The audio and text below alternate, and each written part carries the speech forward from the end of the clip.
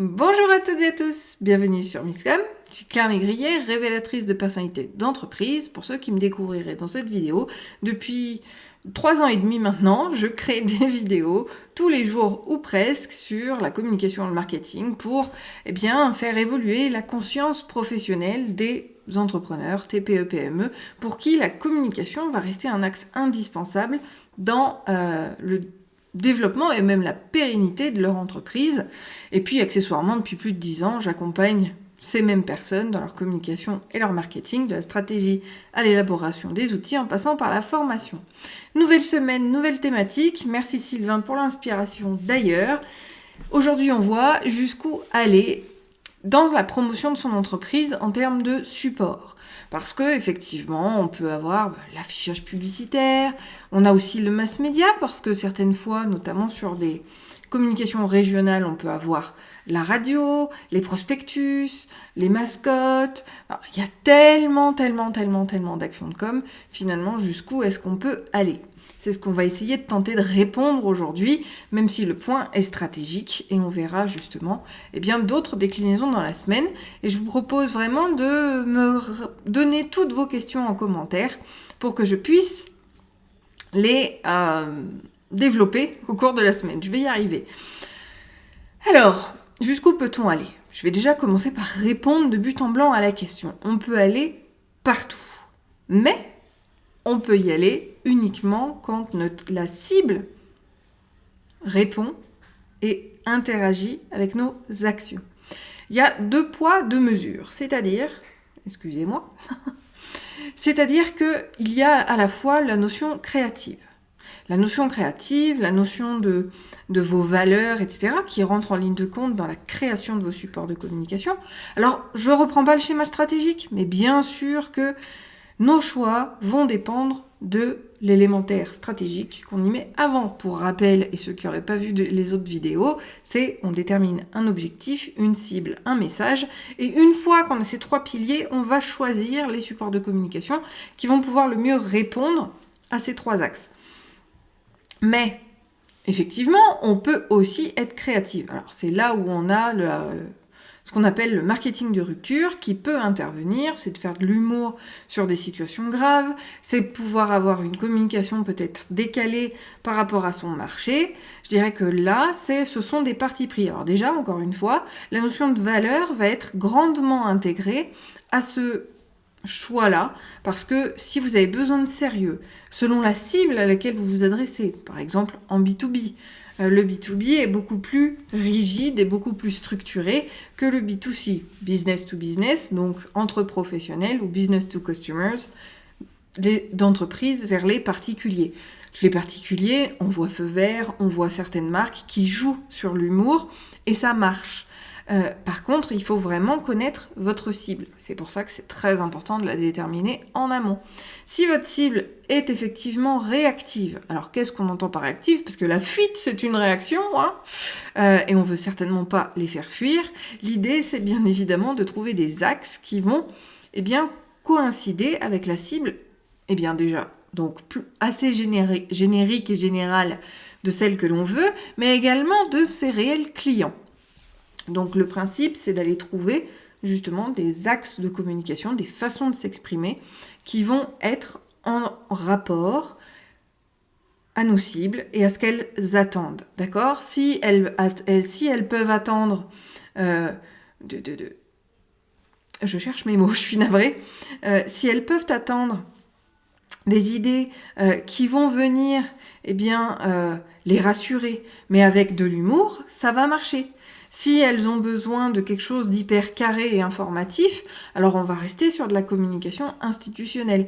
Et donc les supports loufoques ne vont pas spécialement fonctionner. Donc l'idée, c'est de toujours se ramener à la stratégie, avec sa personnalité et ses valeurs. Encore une fois, si on veut transpirer l'authenticité, c'est une chose, mais je sais pas, moi, vous êtes dans un domaine où il y a beaucoup d'escrocs, où il y a besoin de légitimité extrêmement forte pour pouvoir avancer et développer son entreprise.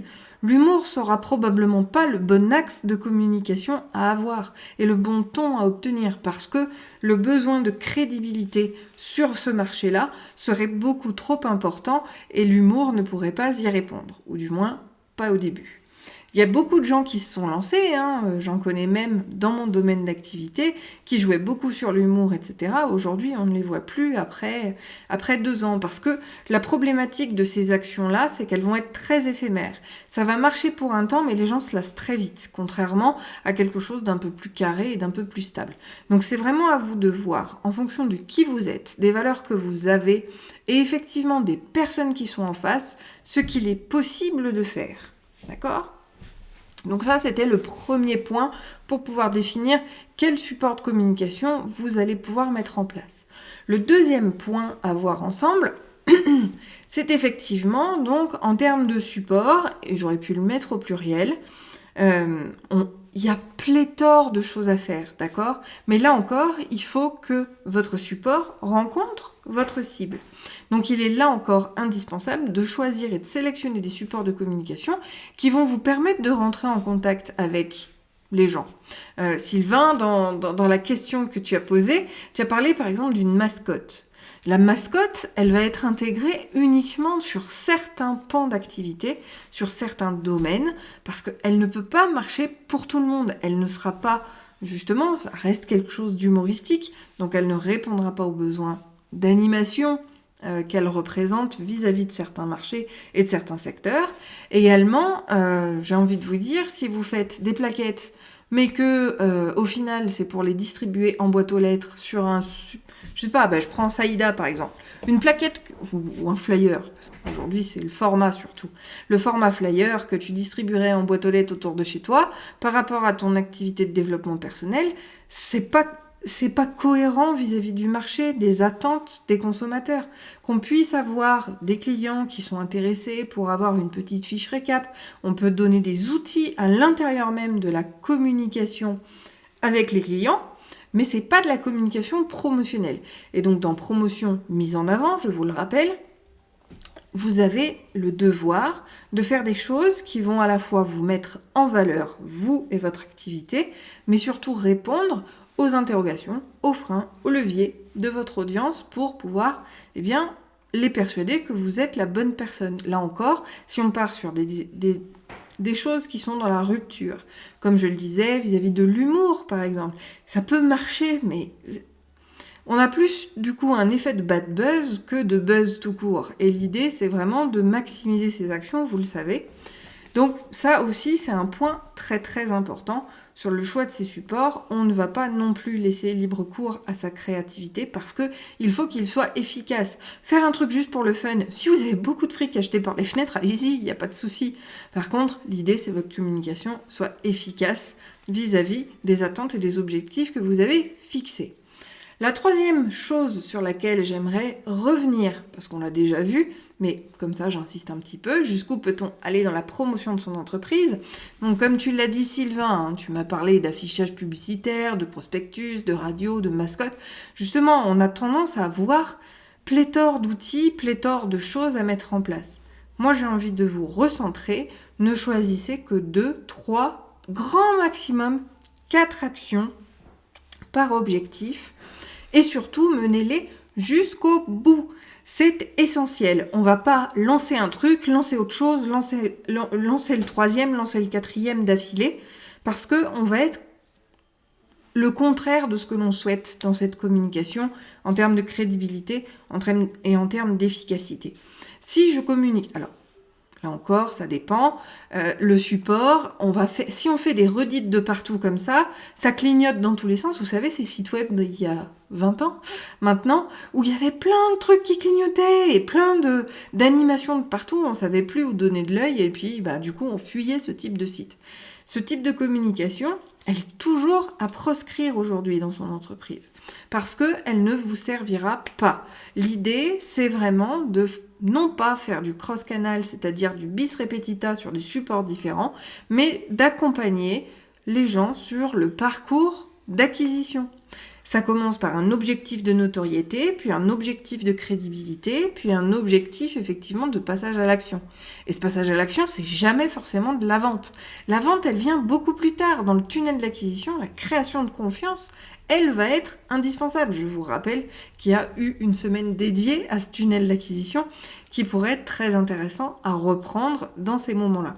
Donc l'idée, c'est vraiment de faire des outils de communication qui vont pouvoir communiquer entre eux, c'est-à-dire venir nourrir les uns et les autres. Vous avez une plaquette qui va représenter de manière globale votre secteur d'activité, éventuellement vos meilleurs clients, et pour avoir beaucoup plus de détails sur chacune de vos prestations, le site web vient en rapport. C'est pour ça qu'on le met en lien d'ailleurs sur la plaquette, parce que ça fait un lien entre ces deux supports de communication-là, qui restent certes institutionnels, mais dont le deuxième va nourrir complètement le premier. Voici un exemple justement de deux actions de communication qui vont communiquer entre elles et qui vont venir nourrir notre audience en termes de contenu, en termes de ce qu'ils recherchent, en termes de tout cela.